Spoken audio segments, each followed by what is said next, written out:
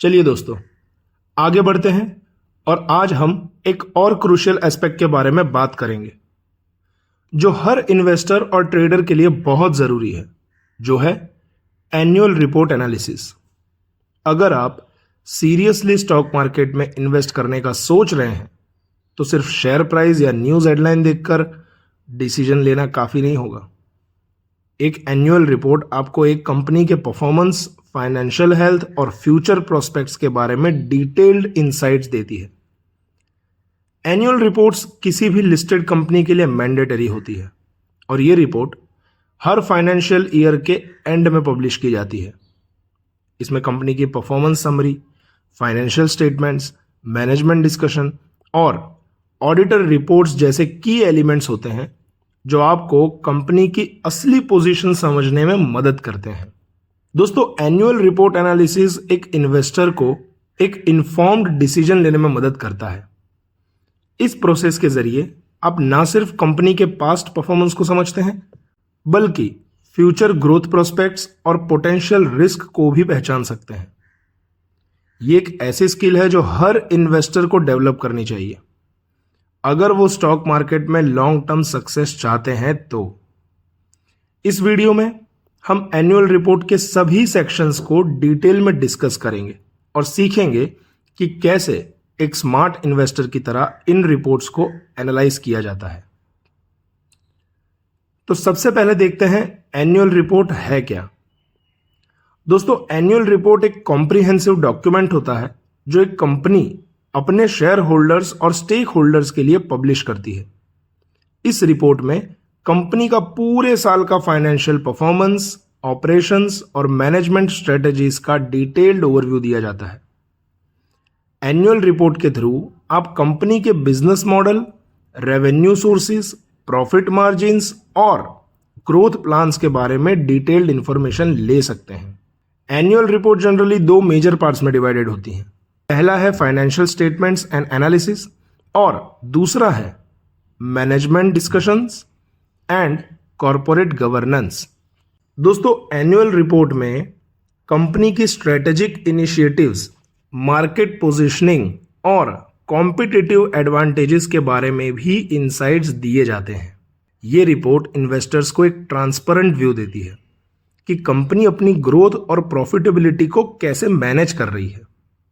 चलिए इन दोनों पार्ट्स को डिटेल में समझते हैं और देखते हैं कि कैसे इन्हें एनालाइज किया जाए। तो सबसे पहले समझते हैं कि फाइनेंशियल स्टेटमेंट्स और एनालिसिस में क्या होता है।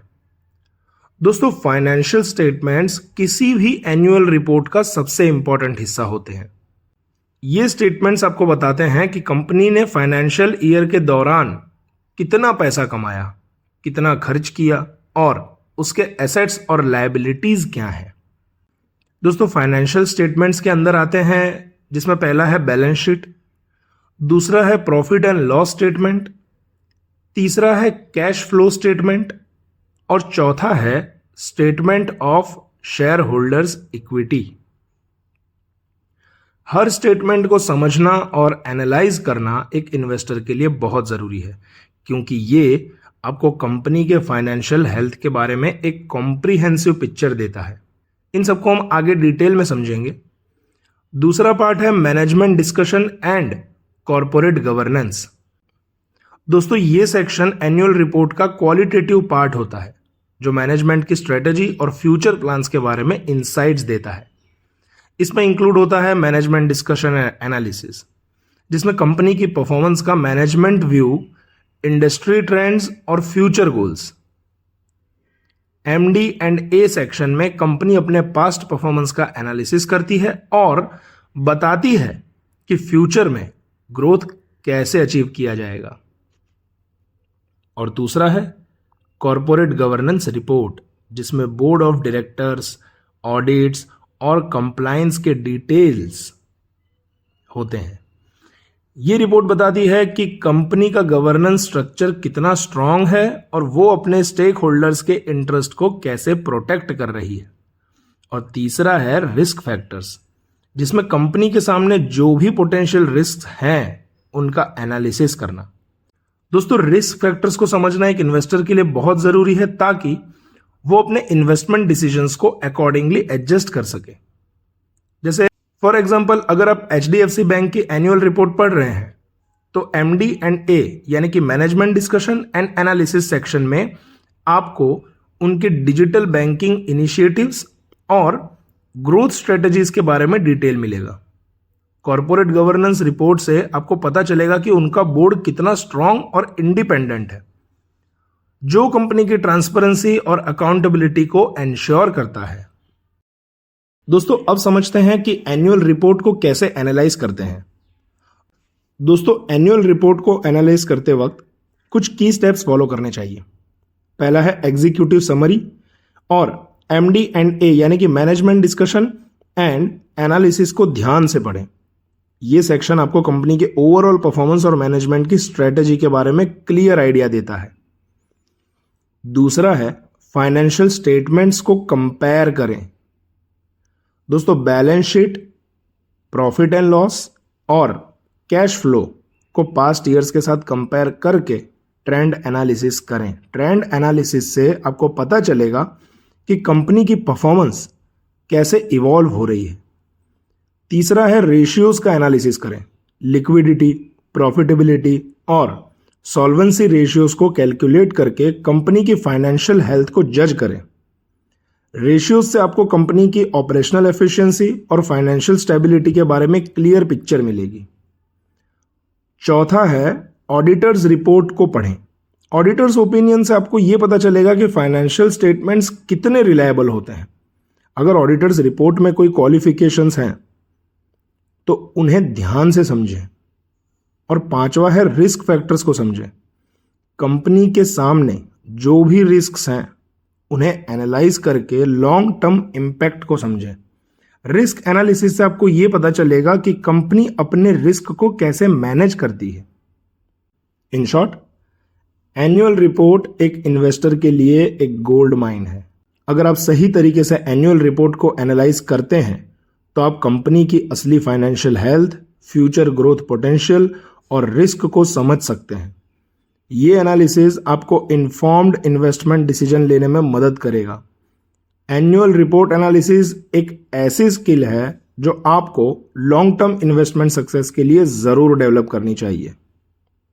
चलिए दोस्तों, अब आगे बढ़ते हैं और समझते हैं और देखते हैं quarterly results versus annual results और दोनों के बीच का डिफरेंस और इंपॉर्टेंस समझते हैं।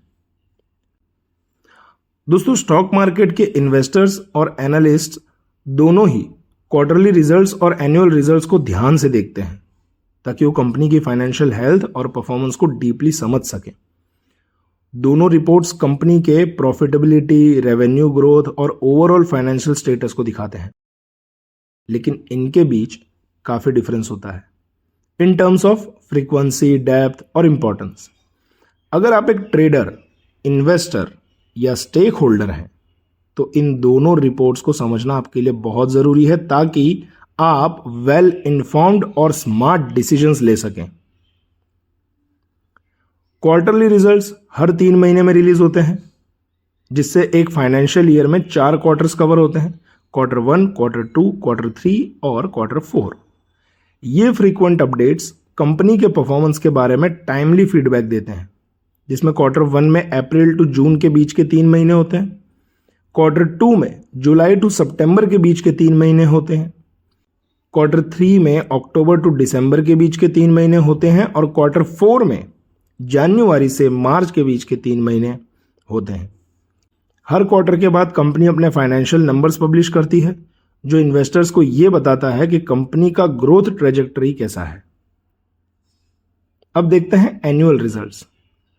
सिर्फ एक बार साल में रिलीज होते हैं जो पूरे 12 महीने की फाइनेंशियल परफॉर्मेंस का समरी देते हैं। एनुअल रिजल्ट्स कंपनी की ओवरऑल फाइनेंशियल स्टेबिलिटी को समझने का एक सॉलिड टूल होते हैं। क्वार्टरली रिजल्ट से आपको शॉर्ट टर्म परफॉर्मेंस का आइडिया मिलता है और मार्केट ट्रेंड्स का टाइमली फीडबैक मिलता है, जबकि एनुअल रिजल्ट्स आपको एक कॉम्प्रिहेंसिव व्यू देते हैं जो आपको कंपनी की ओवरऑल फाइनेंशियल हेल्थ और लॉन्ग टर्म वायबिलिटी को समझने में मदद करता है। क्वार्टरली रिजल्ट्स रिपोर्ट्स ज़्यादातर रीसेंट परफॉर्मेंस पे फोकस करती हैं, जैसे कि रेवेन्यू, प्रॉफिट, एक्सपेंसेस और ऑपरेशनल अपडेट्स, जो लास्ट 3 महीने के लिए होते हैं। क्वार्टरली रिजल्ट्स ज़्यादा डिटेल्ड नहीं होते, लेकिन ये बिजनेस के करंट डायरेक्शन को दिखाते हैं। एनुअल रिजल्ट्स के रिपोर्ट्स ज़्यादा डिटेल्ड और ऑडिटेड होते हैं। ये reports balance sheet, profit and loss statement, cash flow statement और मैनेजमेंट का इन डेप्थ एनालिसिस प्रोवाइड करते हैं। एनुअल रिजल्ट्स में कंपनी की फाइनेंशियल स्ट्रेटेजी और लॉन्ग टर्म गोल्स का भी जिक्र होता है। दोस्तों, क्वार्टरली रिपोर्ट्स आपको शॉर्ट टर्म ट्रेंड्स और कंपनी के इमीडिएट परफॉर्मेंस को ट्रैक करने में मदद करते हैं, लेकिन annual results long term investors के लिए ज्यादा इंपॉर्टेंट होते हैं, क्योंकि ये कंपनी की overall financial health, management effectiveness और ग्रोथ पोटेंशियल को क्लियरली दिखाते हैं। इंडिया में जो कंपनीज एनएसई और बीएसई में लिस्टेड हैं, उन्हें सेबी यानी कि securities and exchange board of India के रूल्स के हिसाब से अपने क्वार्टरली रिजल्ट्स पब्लिश करना मैंडेटरी होता है। ये स्टेप ट्रांसपेरेंसी और इन्वेस्टर कॉन्फिडेंस को बनाए रखने के लिए जरूरी है। एनुअल रिजल्ट्स को ऑडिट करना जरूरी होता है और इन्हें रेगुलेटरी बॉडी के साथ फाइल करना पार्ट ऑफ स्टैट्यूटरी कंप्लायंस होता है। ये रिपोर्ट्स डिटेल्ड डिस्क्लोजर के साथ आती हैं, जैसे कि ऑडिटर्स रिपोर्ट, डायरेक्टर्स रिपोर्ट और फ्यूचर आउटलुक। दोनों ही रिपोर्ट्स कंप्लायंस और ट्रांसपेरेंसी के लिए इंपॉर्टेंट है, लेकिन एनुअल रिजल्ट्स काफी सिग्निफिकेंस रखते हैं क्योंकि वो ऑडिटेड होते हैं और ज्यादा डिटेल्ड डिस्क्लोजर के साथ आते हैं, जो इन्वेस्टर्स को लॉन्ग टर्म डिसीजन लेने में मदद करते हैं। क्वार्टरली रिजल्ट्स का इंपैक्ट स्टॉक प्राइसेस पे इमीडिएट और शॉर्ट टर्म इंपैक्ट होता है। अगर क्वार्टरली रिजल्ट्स एक्सपेक्टेशन से अच्छे या बुरे होते हैं तो स्टॉक प्राइस में तुरंत वोलेटिलिटी देखने को मिलती है। फॉर एग्जाम्पल, अगर कंपनी के प्रॉफिट अनएक्सपेक्टेड तरीके से बढ़ रहे हैं तो स्टॉक प्राइस में शार्प रैली देखने को मिल सकती है। एनुअल रिजल्ट्स का impact long term investor sentiment पे होता है। ये रिजल्ट्स इन्फ्लुएंस करते हैं dividend declarations, future business strategies और ग्रोथ प्रोजेक्शंस को। अगर एनुअल रिजल्ट स्ट्रांग होते हैं तो लॉन्ग टर्म इन्वेस्टर्स का ट्रस्ट बढ़ता है। Short term traders quarterly results पे फोकस करते हैं क्विक गेन के लिए, जबकि long term investors annual results को देखकर अपनी स्ट्रेटेजी प्लान करते हैं। क्वार्टरली रिजल्ट्स हेल्प करते हैं इमीडिएट बिजनेस परफॉर्मेंस को ट्रैक करने में और शॉर्ट टर्म ट्रेडिंग स्ट्रेटेजीज को एडजस्ट करने में। ये रिपोर्ट्स ट्रेडर्स को बताते हैं कि मार्केट में शॉर्ट टर्म अपॉर्चुनिटीज कहां मिल सकती है। एनुअल रिजल्ट्स काफी कॉम्प्रिहेंसिव होते हैं और इन्हें एनालाइज करने से आपको कंपनी की फाइनेंशियल स्टेबिलिटी, मैनेजमेंट इफेक्टिवनेस और लॉन्ग टर्म ग्रोथ पोटेंशियल का पता चलता है। ये रिजल्ट्स इन्वेस्टर्स को लॉन्ग टर्म इन्वेस्टमेंट्स के लिए कॉन्फिडेंस देते हैं।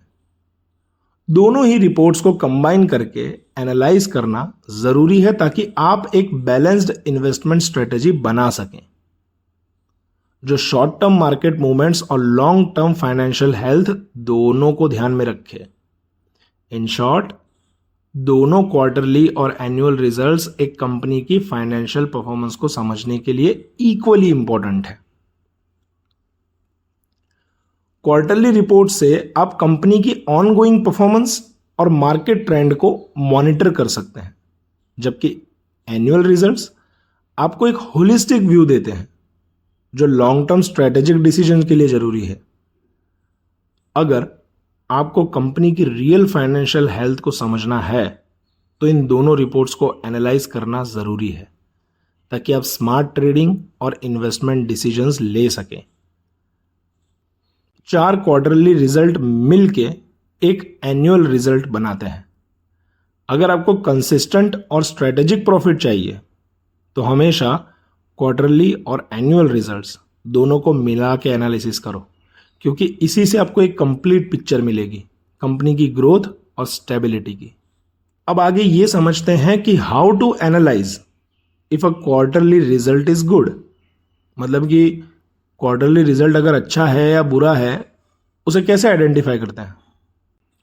दोस्तों, क्वार्टर ऑन क्वार्टर एनालिसिस एक पावरफुल टूल है जो आपको बताता है कि एक कंपनी हर क्वार्टर में अपने आप को कैसे परफॉर्म कर रही है। जब हम क्वार्टर ऑन क्वार्टर एनालिसिस करते हैं तो सबसे पहला स्टेप होता है कंपनी के रेवेन्यू और प्रॉफिट को पिछले क्वार्टर के मुकाबले कंपेयर करना। अगर कंपनी का रेवेन्यू और प्रॉफिट दोनों कंसिस्टेंटली ग्रो कर रहे हैं तो ये एक पॉजिटिव साइन है कि बिजनेस एक्सपांशन या ऑपरेशंस में इंप्रूवमेंट हो रहा है। लेकिन सिर्फ रेवेन्यू ग्रोथ देखना काफी नहीं होता, हमें यह भी देखना होता है कि ऑपरेटिंग मार्जिन्स और नेट प्रॉफिट मार्जिन स्टेबल हैं या नहीं। अगर मार्जिन्स श्रिंक हो रहे हैं तो इसका मतलब हो सकता है कि कंपनी की ऑपरेशनल कॉस्ट बढ़ रही है, जो लॉन्ग टर्म में रिस्की हो सकता है। दोस्तों, रिजल्ट को अच्छा मानने के लिए कंपनी का quarter on quarter growth industry के स्टैंडर्ड बेंचमार्क के हिसाब से ही होना चाहिए। फॉर एग्जाम्पल, अगर एक सेक्टर में एवरेज रेवेन्यू ग्रोथ 5 से 7% है पर क्वार्टर और कंपनी 10% से ज्यादा ग्रोथ दिखाती है तो ये एक स्ट्रॉन्ग परफॉर्मेंस माना जाएगा। वैसे ही प्रॉफिट ग्रोथ अगर 8 to 12% के बीच में है और मार्जिन स्टेबल रह रहे हैं तो ये भी एक पॉजिटिव इंडिकेटर है। लेकिन अगर ग्रोथ नेगेटिव है या एक्सपेक्टेड से कम है तो रिजल्ट को कॉशियस पर्सपेक्टिव से देखना जरूरी है। दोस्तों, कंपैरिजन के लिए कंपनी के क्वार्टरली रिजल्ट को सिर्फ पिछले क्वार्टर यानी कि क्वार्टर ऑन क्वार्टर के साथ ही नहीं बल्कि सेम क्वार्टर लास्ट ईयर यानी कि ईयर ऑन ईयर के साथ भी कंपेयर करना चाहिए। यह आपको सीजनैलिटी फैक्टर्स और लॉन्ग टर्म परफॉर्मेंस का आइडिया देगा। एनुअल कंपैरिजन में कंपनी के रिजल्ट्स को पिछले साल के एनुअल रिजल्ट्स के साथ मैच करके देखना होता है और देखा जाता है कि क्या कंपनी की year over year growth consistent है या नहीं। जनरली अगर कंपनी का एनुअल रेवेन्यू और प्रॉफिट 50 to 20% के रेंज में ग्रो हो रहा है तो यह हेल्दी ग्रोथ माना जाता है। दूसरा इंपॉर्टेंट फैक्टर यह है कि कॉस्ट कंट्रोल और expansion management. Quarter on quarter analysis में यह देखना जरूरी है कि क्या कंपनी अपने खर्चे एफिशिएंटली मैनेज कर पा रही है कि नहीं। सेल्स तो बढ़ रही है लेकिन एक्सपेंसेस डिसप्रपोर्शनली ज्यादा बढ़ रहे हैं तो ये कंसर्न का सब्जेक्ट हो सकता है, क्योंकि इसका मतलब है कि कंपनी का प्रॉफिट ऑपरेशनल एफिशिएंसी के बावजूद कम हो रहा है। साथ ही डेब्ट लेवल्स और इंटरेस्ट ऑब्लिगेशंस को भी मॉनिटर करना जरूरी है। अगर कंपनी का डेब्ट कंटिन्यूसली बढ़ रहा है बिना किसी रेवेन्यू ग्रोथ के तो ये लॉन्ग टर्म सस्टेनेबिलिटी के लिए नेगेटिव सिग्नल हो सकता है। लास्टली, क्वार्टर ऑन क्वार्टर और एनुअल एनालिसिस में मैनेजमेंट कमेंट्री और फ्यूचर गाइडेंस को भी ध्यान से देखना चाहिए। अगर मैनेजमेंट अपने फ्यूचर आउटलुक में कॉन्फिडेंट है और नए ग्रोथ अपॉर्चुनिटीज को हाईलाइट कर रहे हैं तो ये इन्वेस्टर्स के लिए पॉजिटिव सिग्नल है। अगर कंपनी कंसिस्टेंटली अपने गाइडेंस को मीट कर रही है या एक्सीड कर रही है तो ये प्रूफ है कि मैनेजमेंट इफेक्टिव है और बिजनेस सही डायरेक्शन में जा रहा है। इन सब फैक्टर्स को मिला के जब आप क्वार्टरली और एनुअल रिजल्ट्स को कंपेयर करते हैं तो आपको एक क्लियर पिक्चर मिलती है कि कंपनी की परफॉर्मेंस सच में स्ट्रांग है या सिर्फ नंबर्स के लेवल पर ही ग्रोथ दिखाई जा रही है। दोस्तों, आप सब में से काफी लोगों को फाइनेंशियल ईयर में कंफ्यूजन होता होगा, तो चलिए उसको क्लियर करते हैं और समझते हैं कि फाइनेंशियल ईयर क्या होता है। फाइनेंशियल ईयर को शॉर्ट में एफवाई बोला जाता है। ये एक अकाउंटिंग पीरियड होता है जो गवर्नमेंट, बिजनेसेस और फाइनेंशियल इंस्टीट्यूशंस अपनी फाइनेंशियल परफॉर्मेंस मेजर करने के लिए यूज करते हैं। ये एक 12 मंथ का पीरियड होता है जो कैलेंडर ईयर से अलग होता है। फाइनेंशियल ईयर का पर्पस अकाउंटिंग रिकॉर्ड्स को सिस्टमैटिकली मेंटेन करना, टैक्स फाइलिंग प्रोसेस को सिंप्लीफाई करना और फाइनेंशियल एनालिसिस को स्टैंडर्डाइज करना होता है। इंडिया में फाइनेंशियल ईयर 1 अप्रैल से स्टार्ट होता है और 31 मार्च को एंड होता है। For example, financial year 2023 to 2024 का मतलब है 1 अप्रैल 2023 से 31 मार्च 2024 तक का समय। फाइनेंशियल ईयर 2024-2025 का मतलब है 1 अप्रैल 2024 से 31 मार्च 2025 तक का समय। अगर हम फाइनेंशियल ईयर 2023 लिखते हैं तो इसका मतलब है 1 अप्रैल 2022 से 31 मार्च 2023। जिसको हम शॉर्ट में FY23 लिखेंगे। सिमिलरली फाइनेंशियल ईयर 2024 का मतलब है 1 अप्रैल 2023 से 31 मार्च 2024। चलो फॉर बेटर अंडरस्टैंडिंग एक एग्जांपल से समझते हैं। अगर रिलायंस इंडस्ट्रीज का फाइनेंशियल रिपोर्ट मार्च 2024 में रिलीज होता है तो उसका डेट फाइनेंशियल ईयर 2024 यानी कि अप्रैल 2023 टू मार्च 2024 का होगा। अगर अप्रैल 2024 के बाद वाला डेटा देखना हो तो हमें फाइनेंशियल ईयर 2025 यानी कि अप्रैल 2024 से मार्च 2025 का डेटा देखना होगा। क्लियर? अब समझते हैं स्टॉक मार्केट में फाइनेंशियल ईयर की इंपॉर्टेंस। कंपनीज अपनी क्वार्टरली और एनुअल रिपोर्ट्स फाइनेंशियल ईयर के बेसिस पे पब्लिश करती है। इन्वेस्टर्स इन रिपोर्ट्स को देखकर कंपनी के ग्रोथ, प्रॉफिटेबिलिटी और फाइनेंशियल हेल्थ का एनालिसिस करते हैं। फाइनेंशियल ईयर के एंड पर डिक्लेयर्ड रिपोर्ट से इन्वेस्टर्स को पता चलता है कि किसी कंपनी का परफॉर्मेंस पिछले साल के मुकाबले कैसा रहा, उसके रेवेन्यू और प्रॉफिट्स में कितना ग्रोथ आया और फ्यूचर के लिए कंपनी की क्या स्ट्रेटजी है। ये एनालिसिस लॉन्ग टर्म और शॉर्ट टर्म इन्वेस्टमेंट डिसीजन लेने में मदद करता है।